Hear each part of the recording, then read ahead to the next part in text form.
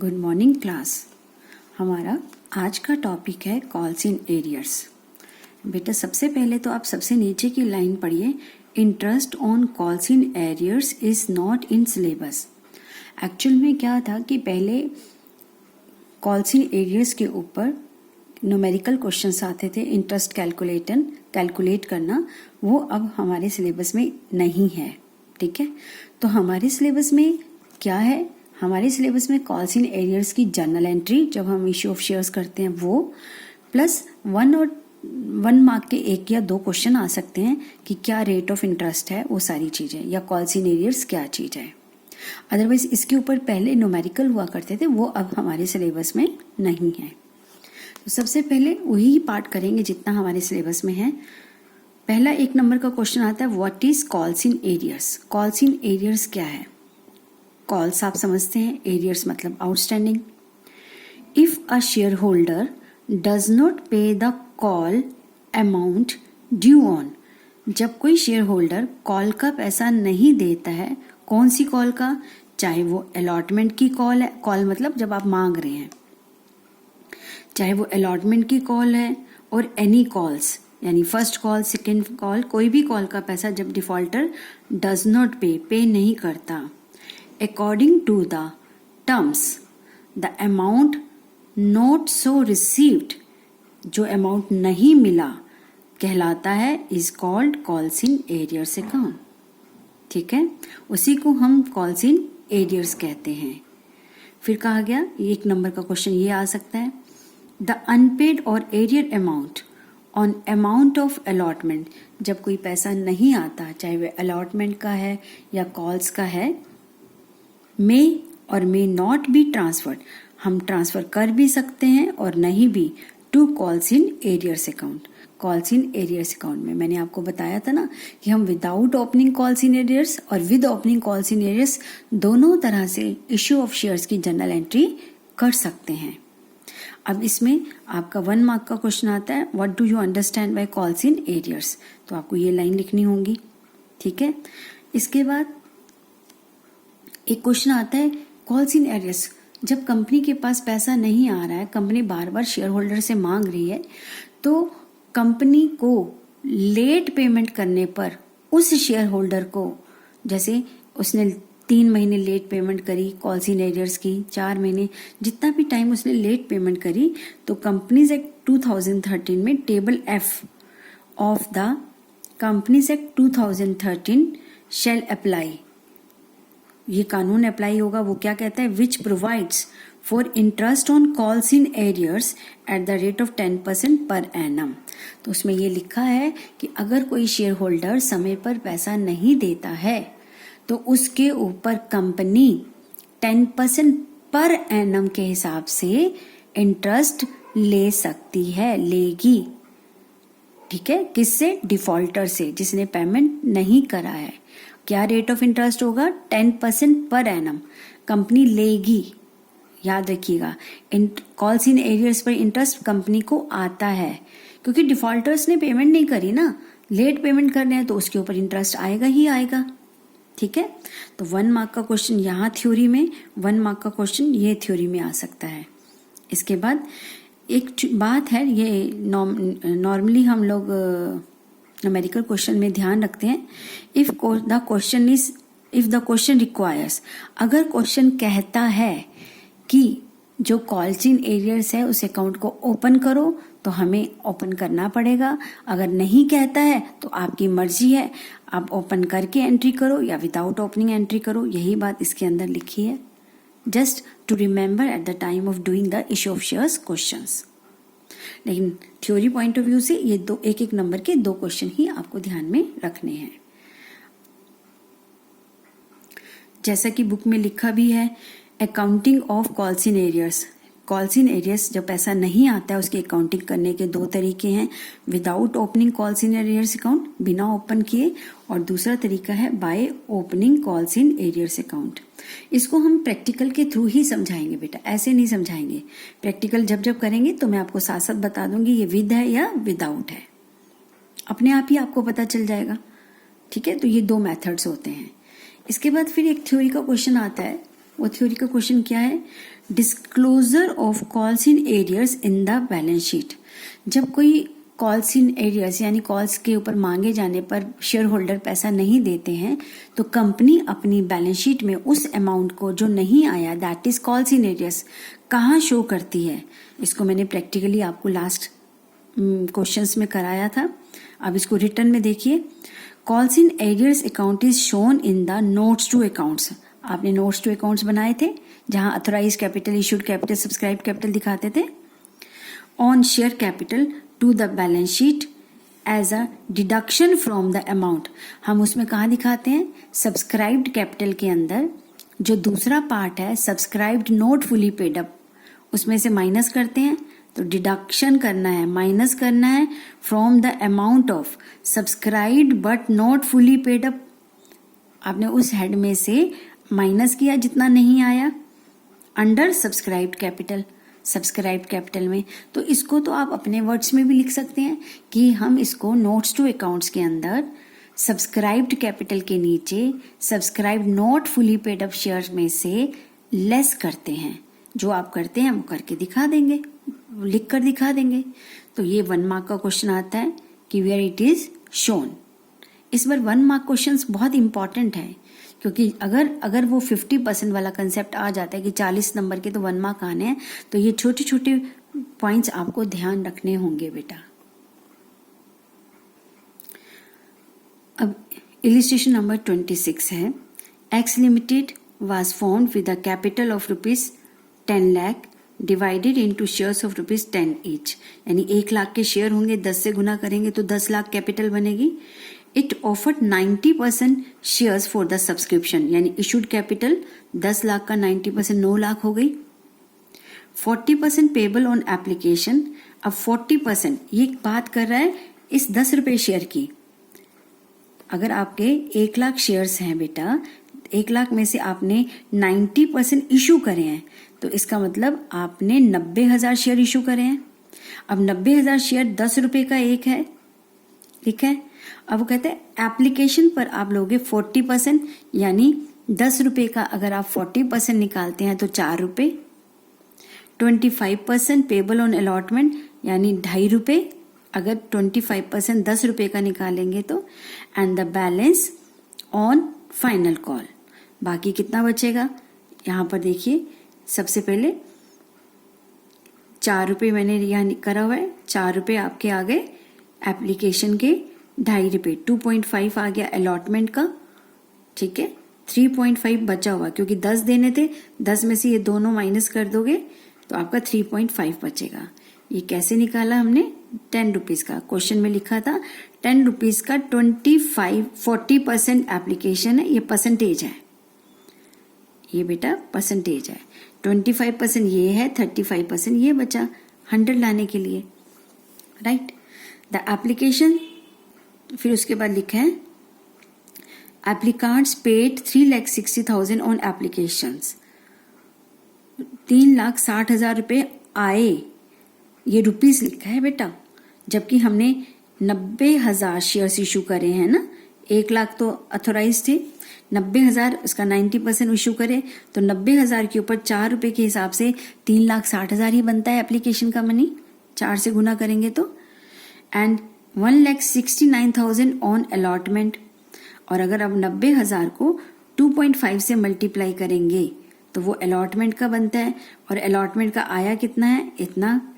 Final call not yet been made. Final call का पैसा अभी मांगा नहीं, ठीक है, मेड अभी मांगा, not yet been made. Calculate. आप बताओ इस क्वेश्चन में अथोराइज कैपिटल कितनी है? Authorise capital 10 lakh. क्वेश्चन में इशूड कैपिटल कितनी है? 10 लाख का 90% यानी 9 लाख, ठीक है। इसके बाद सब्सक्राइब्ड कैपिटल कितनी है? सब्सक्राइब कैपिटल सारे शेयर्स आ गए थे, 9 लाख ही है। फिर कहता है कॉल्ड अप कैपिटल कितनी है?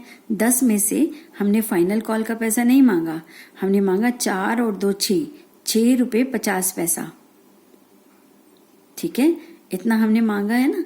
तो अगर आप 90,000 को, इन्होंने 9 लाख का 65% लिया, अगर आप 90,000 शेयर्स इशू कर रहे हैं तो उसका 6.5 से मल्टीप्लाई करेंगे तो भी यही अमाउंट आएगा, इतना मांगा है। ठीक है, कॉल्ड अप, ये रहा कॉल्ड अप कैपिटल। अब आता है पेड अप कैपिटल। लोगों ने पे कितना करा? लोगों ने पे किया 3,60,000 तो लोगों ने पे कर दिया था एप्लीकेशन पर, 1,69,000 पे कर दिया था अलॉटमेंट पर। ठीक है, इन दोनों का टोटल करेंगे तो हमारा आ जाएगा पेड अप 5,29,000। कितना पैसा नहीं आया? कॉल्स इन एरियर्स कितना है? तो कॉल्स इन एरियर्स निकालने के लिए आपके पास जितना आ चुका है दैट इज 5,29,000, इसको माइनस करेंगे कितना हमने मांगा। कॉल्ड अप कितना करा था? 5,85,000, पब्लिक ने पे किया इतना, तो इसमें से इसको माइनस कर देंगे तो इतना पैसा नहीं आया calls in arrears, which is 56,000, right. तो इस तरह से 1 मार्क क्वेश्चंस आ सकते हैं, please do carefully. Now we start illustration number 27, जिसमें कॉल्स इन एरियर्स की एंट्री कैसे करनी है। Bentech limited company had an authorised capital of ₹12,50,000 divided into 12,500 shares of ₹100 each. अब इसको इससे मल्टीप्लाई करके सोच लो कि इतना ही बनता है। यस, तो टोटल शेयर्स कितने इशू करे हैं? 12,500। 12,500 उसकी अथोराइज कैपिटल है, सॉरी बेटा। द कंपनी इशू कर रही है 10,000 shares payable 25 on application, 25 on allotment, 30 on first call, 20 on second call. एक बार टोटल चेक करो, 30 और 20 50, 50 और 50 100 रुपए का एक शेयर है, पूरे हो गए।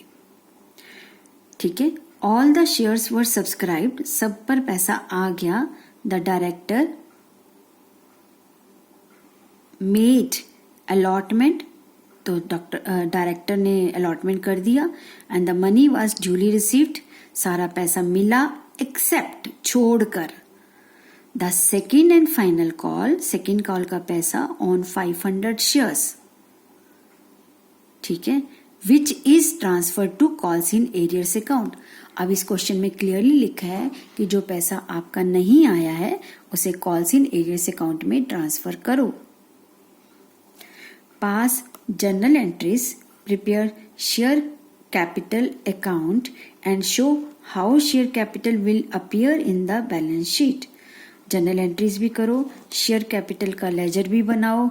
देखो इसमें शेयर कैपिटल का लेजर आया है, एंड बैलेंस शीट में शेयर कैपिटल को कैसे दिखाना है। ठीक है, तो सबसे पहले हमारे शेयर्स 10,000 इशू करे थे, तो 10,000 शेयर्स के ऊपर 25 रुपए की एप्लीकेशन मनी है। Bank debit to equity share application 10,000 गुना 25 से अमाउंट आ गया 2.5 लाख। शेयर एप्लीकेशन का पैसा शेयर कैपिटल में ट्रांसफर कर दिया, कोई ओवर सब्सक्रिप्शन नहीं था। अलॉटमेंट ड्यू करेंगे फुल अमाउंट से, share allotment account debit to share capital full amount से। अलॉटमेंट का भी हमारा पूरा पैसा आया है, तो नेक्स्ट एंट्री में अलॉटमेंट रिसीव की entry. Bank account debit to equity share allotment, पूरा पैसा आ गया। फर्स्ट कॉल ड्यू करेंगे, ये मैं आपको सिखा चुकी हूँ। फर्स्ट कॉल का भी पूरा पैसा आ गया, 30 रुपए की थी। ठीक है, अब सेकेंड कॉल ड्यू करेंगे हम फुल अमाउंट से, हमने पूरा पैसा मांगा, लेकिन सेकेंड कॉल के अंदर आना चाहिए था 2 लाख रुपए। एक शेयर होल्डर जिसके पास 500 शेयर्स थे उसने सेकेंड कॉल का पैसा नहीं दिया, तो वो 500 शेयर्स 20 रुपए का एक सेकेंड कॉल था, तो 20 को गुना करेंगे 500 से तो 10,000 रुपए बनेंगे। वो पैसा आपके पास नहीं आया, इसका मतलब 2 लाख में से आपके पास 10,000 नहीं आया तो 1,90,000 आया। ठीक है, तो bank account debit 1,90,000, debit what comes in. 10,000 आना है, हमारी एसेट है बेटा, हमने लेना है, इसलिए उसको डेबिट करेंगे। Calls in arrears account debit 10,000। ठीक है, किस चीज का है ये सारी हमने एंट्री करी क्योंकि हम ड्यू कर चुके थे second call to share second and final call. ठीक है, बेटा मेरा ये सजेशन है कि आप हमेशा calls in arrears account open करके ही एंट्री करें, ध्यान रख ले, क्योंकि अगर वो कहता है कि कॉल्स इन एरियर ओपन करो तब तो आपको करनी ही पड़ेगी। ठीक है, नहीं कहता है तो तुम्हारी मर्जी है, तो आप बेटर ही है कि उसको करके ही दिखा दो। अब आपने एंट्रीज कर दी, फिर बोला कि शेयर कैपिटल का लेजर बनाओ। शेयर कैपिटल का लेजर बनाना है। शेयर कैपिटल का लेजर बनाने के लिए बेटा सबसे पहले हम शुरू से एंट्री करते हैं। ये शुरू की एंट्रीज थी। यहाँ शेयर कैपिटल क्रेडिट है, सॉरी शेयर कैपिटल ये क्रेडिट है, यहाँ नहीं है, यहाँ पर भी है, ये रहा। तो यहाँ शेयर कैपिटल के क्रेडिट में किसका नाम, एप्लीकेशन का। यहाँ शेयर कैपिटल के क्रेडिट में अलॉटमेंट का कितना 2.5 लाख, यानी 2 एंट्रीज शेयर कैपिटल में बाय में जाएंगी। शेयर कैपिटल क्रेडिट हो रही है तो आप देखिए शेयर एप्लीकेशन क्रेडिट का 2.5 लाख, शेयर अलॉटमेंट 2.5 लाख। अब आता है आपका शेयर फर्स्ट कॉल। आपने जब शेयर फर्स्ट कॉल ड्यू करी तो शेयर कैपिटल क्रेडिट हुआ 3 लाख से, यहाँ 3 लाख लेजर पोस्टिंग कर दी। यहाँ नहीं है, यहाँ पर शेयर कैपिटल ड्यू करा सेकंड कॉल का 2 लाख से, यहाँ आपने ड्यू कर दिया। आप इन सब का टोटल करके इधर का टोटल ज्यादा है, यहाँ लिखेंगे टू बैलेंस CD की शेयर अलॉटमेंट, शेयर कैपिटल का कितना बैलेंस आया, 10 लाख रुपए। तो इस तरह से आपको लेजर बनाने हैं। बैलेंस शीट आपको बनानी आती है, हम लोग पहले डिस्कस कर चुके हैं। इसमें मैंने आपको बताया authorise capital, issued capital, subscribed, fully paid up, not fully paid up. Not fully paid up में से हम लेस करते हैं कॉल्स इन एरियर्स। अभी थ्योरी में भी समझाया, प्रैक्टिकल में भी पहले समझाया था। तो ये था हमारा कॉल्स इन एरियर्स अकाउंट बेटा। क्लास अब ये इलिस्ट्रेशन नंबर 28 ये कॉल्स इन एरियर्स की है। मैं चाहूंगी कि आप इस क्वेश्चन की अपने आप प्रैक्टिस करें, फिर अगर जो भी डाउट होगा फिर हम डाउट क्लास में डिस्कस करेंगे, ठीक है। अगला टॉपिक है हमारा कॉल्स इन एडवांस। कभी कभी क्या होता है बेटा, जब कंपनी शेयर इशू करती है, कंपनी ने एप्लीकेशन, अलॉटमेंट और फर्स्ट कॉल का पैसा मांगा, सेकंड कॉल नहीं मांगी, ठीक है। अगर मांग भी ली है तो कोई व्यक्ति कभी कभी क्या करता है, व्यक्ति इन द सेंस मेंबर या शेयर होल्डर, फर्स्ट कॉल मांगी है तो फर्स्ट कॉल का पैसा तो दे ही रहा है, साथ में एडवांस में सेकंड कॉल का भी भेज देता है। तो कभी कभी ऐसी भी सिचुएशंस आती हैं जब बिना मांगे शेयर होल्डर्स अपना पैसा भेज देते हैं कंपनी को। तो कंपनी के पास एडवांस पैसा आ गया क्योंकि कंपनी ने अभी मांगा नहीं था, उसे हम कहते हैं कॉल्स इन एडवांस। तो इस पर 1 मार्क का क्वेश्चन आता है।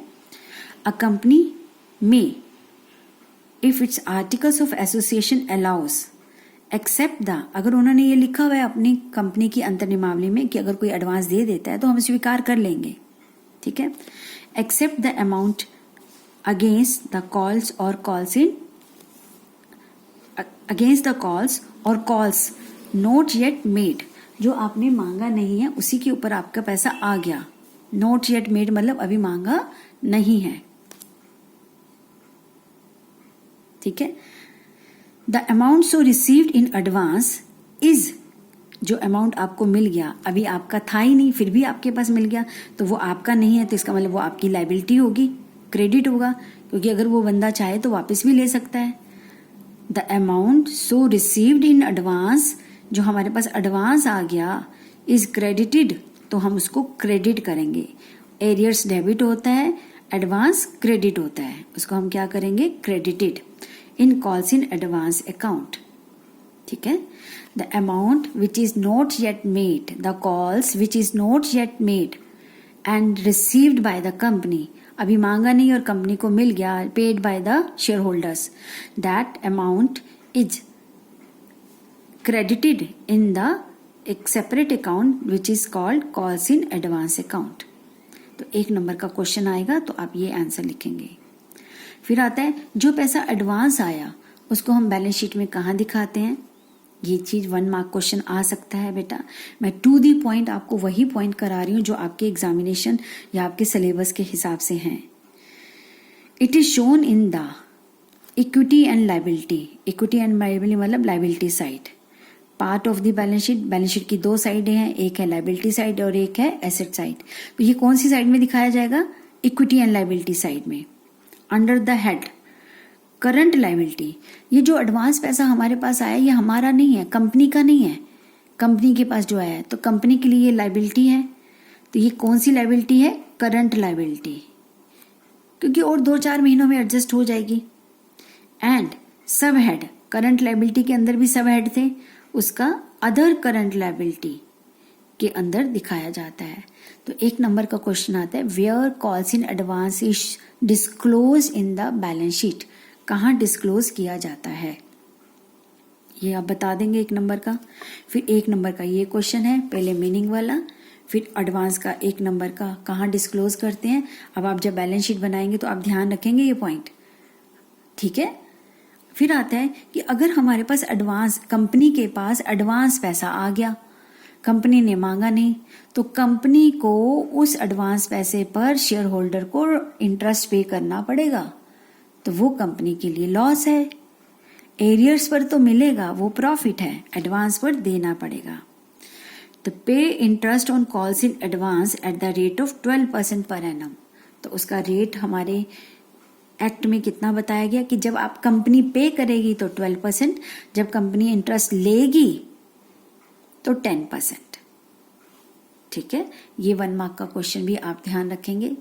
फिर क्लियरली लिखा है, इसका इंटरेस्ट कैलकुलेट करने के पहले न्यूमेरिकल क्वेश्चंस थे, वो अब हमारे सिलेबस में नहीं है।